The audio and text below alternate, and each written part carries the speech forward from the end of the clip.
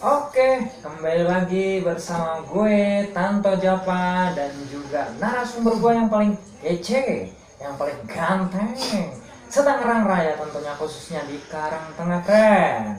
Masih bersama Bang Oji Saputra. Salam dari kita, Konslet masih asik keren.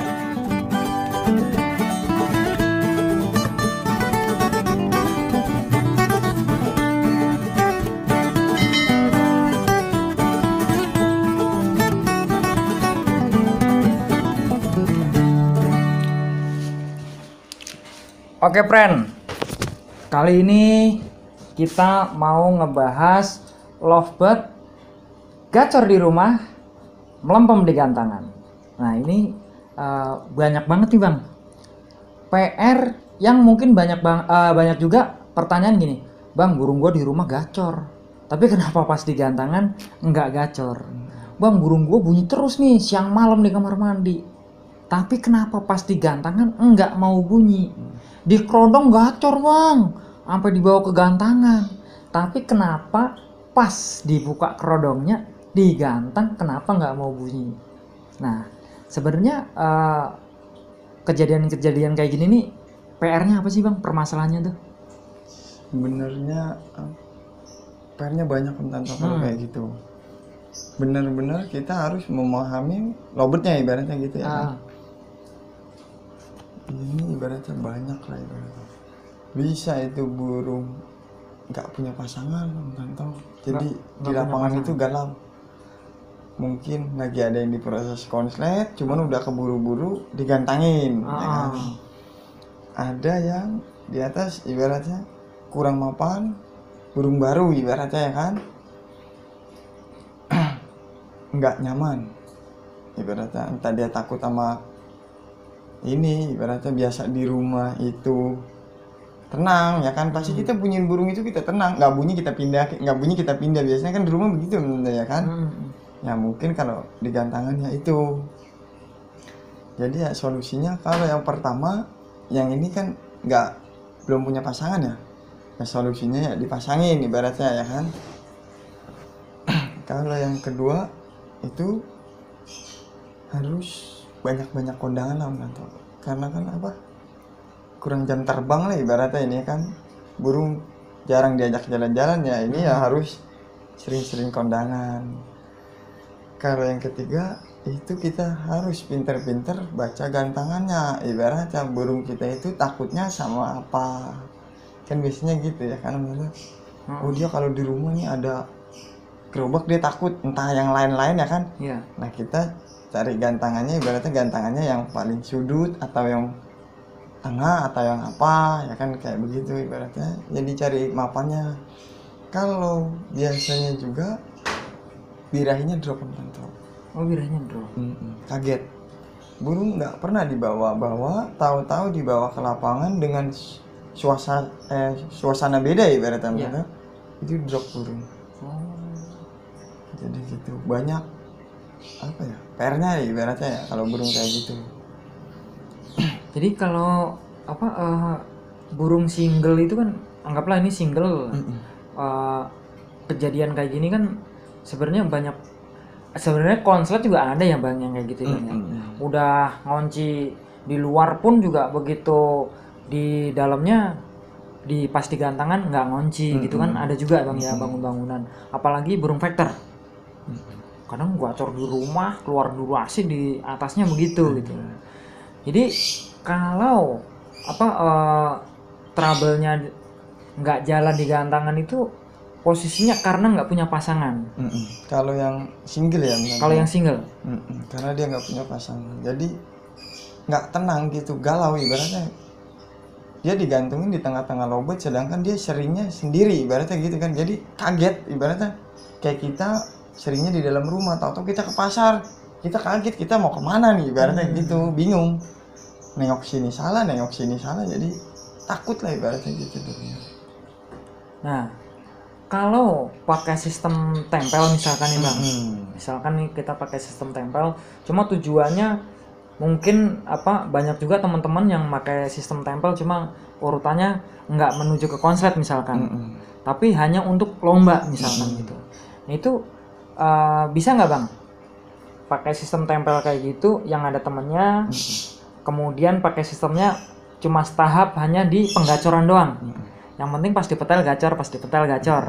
Dia udah terbiasa dengan seperti itu, pas digantangan jalan misalkan kayak gitu. Itu pengaruh nggak bang dengan sistem tempel kayak gitu? Dia sering lihat burung ke kanan ke kiri, pas digantangannya enak gitu.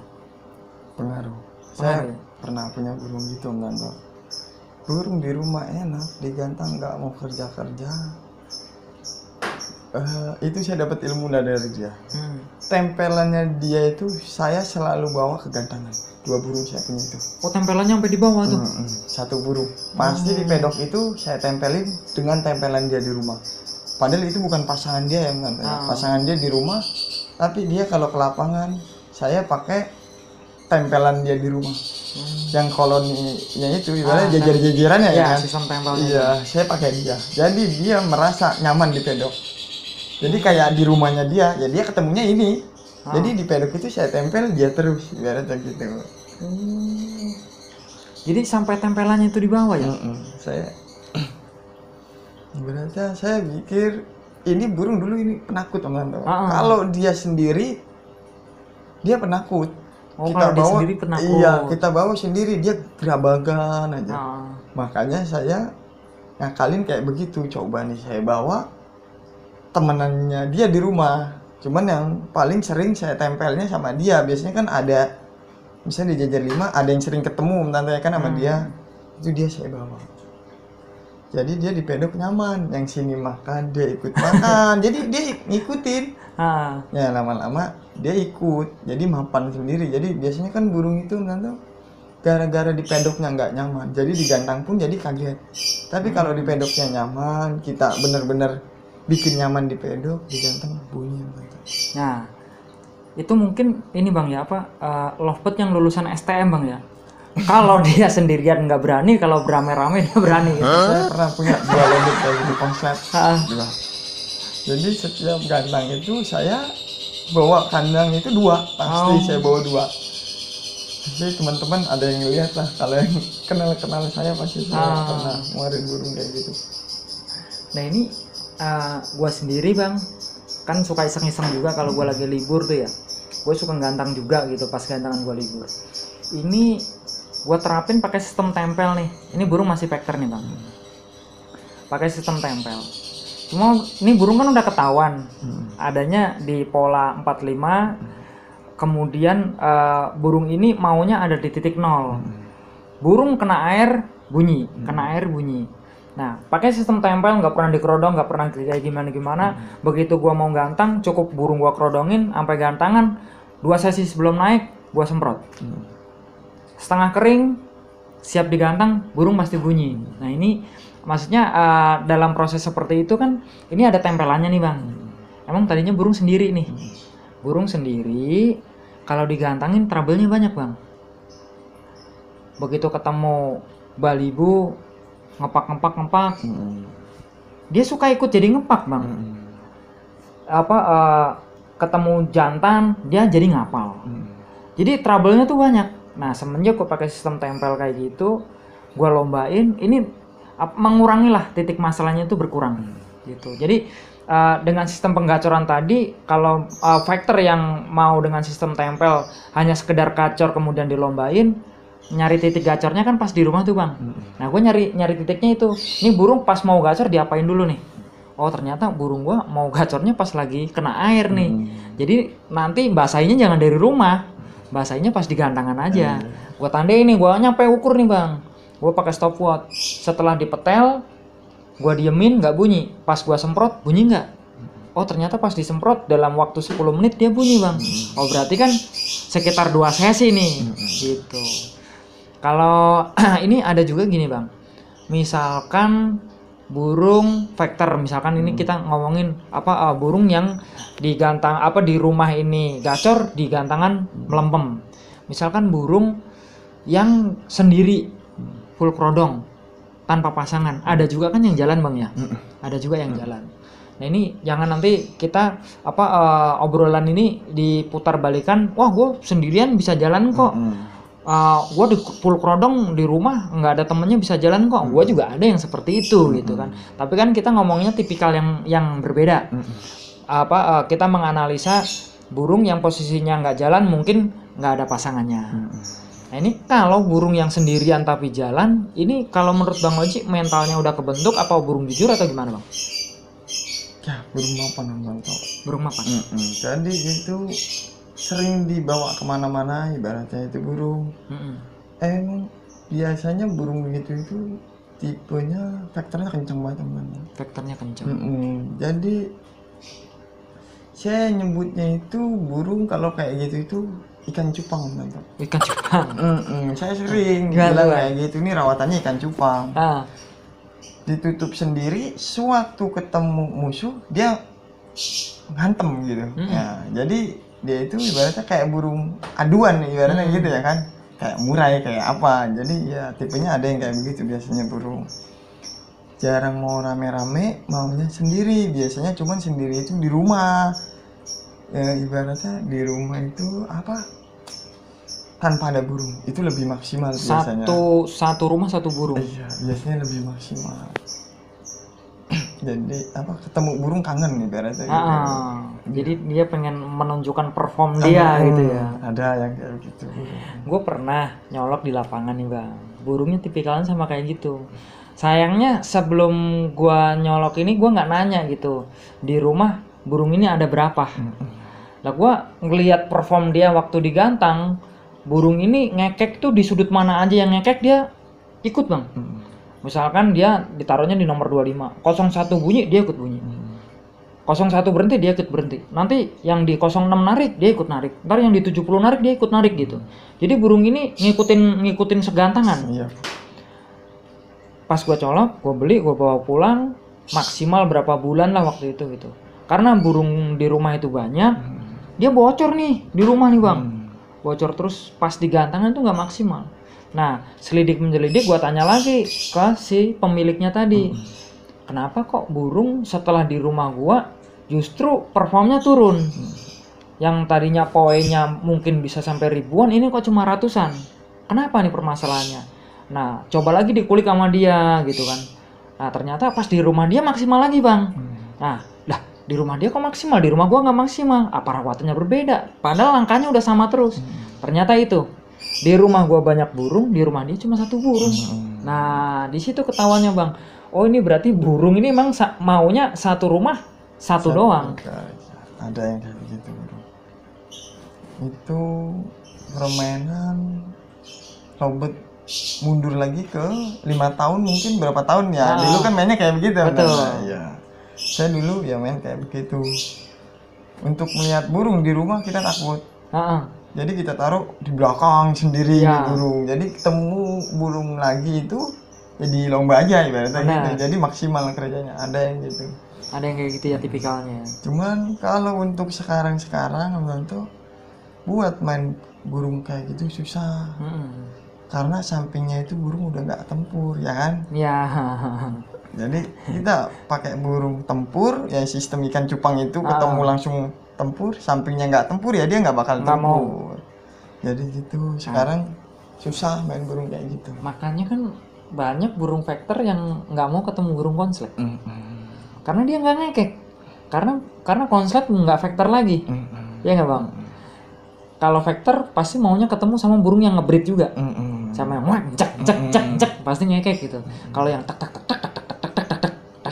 dia aja cuma melongo doang gitu. Pusing kepala. Jadi itu bukan berarti di gantangan persoalan yang tadi kan kita bahas yang tahap pertama burung mungkin nggak ada pasangannya, tapi ada juga burung yang nggak dipasangin mau bunyi juga gitu. Nah terus burung yang memang tipikalnya bocor Bang. Ini kita sama-sama menganalisa aja Bang ya, sama-sama ini kita berbagi pengalaman sharing-sharing. Burung bocor.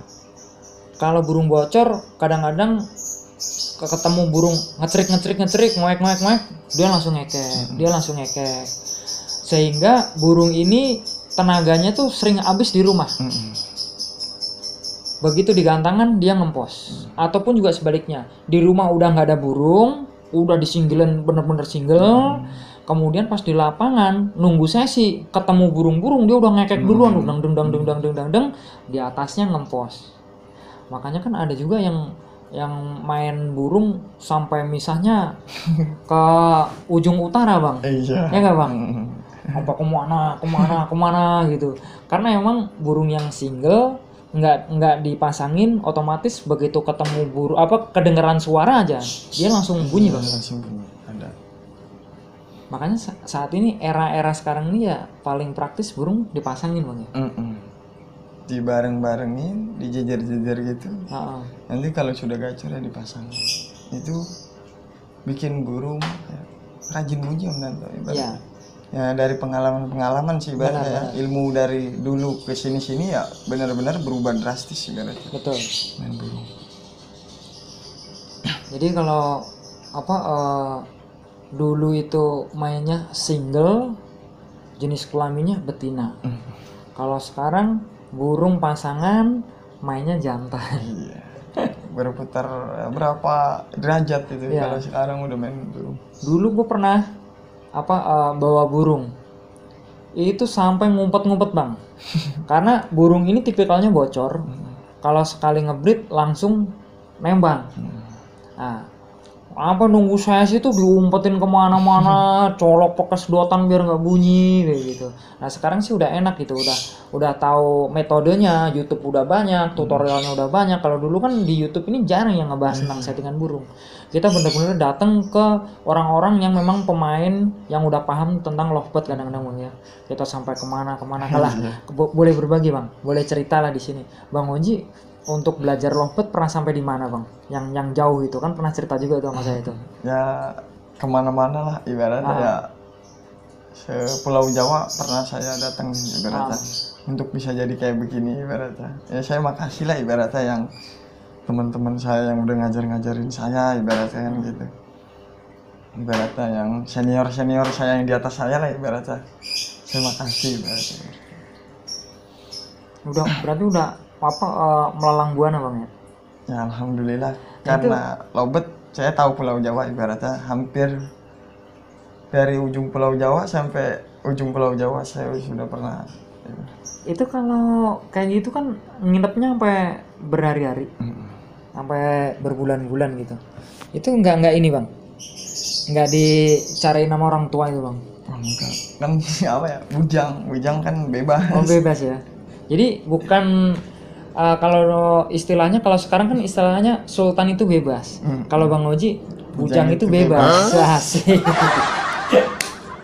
Oke cukup bang ya untuk konten hari ini tentang burung gacor di rumah, melempem di gantangan. Banyak faktor yang sudah kita ulas. Mungkin teman-teman belum jelas juga kejadiannya mungkin belum kesentuh lah ya, tentang untuk sharing-sharing kita hari ini. Boleh berkomentar, boleh bertanya, boleh sharing-sharing seputar pengalaman. Mungkin pengalaman kita sama, share aja di komentar. Oke, cukup dari kita bang ya. Cukup. Salam dari kita, Konslet masih asik tren. Terima kasih buat yang sudah menonton di channel YouTube-nya Tanto Jawa. Jangan lupa untuk subscribe, like, komen, dan juga share. Matur suwun.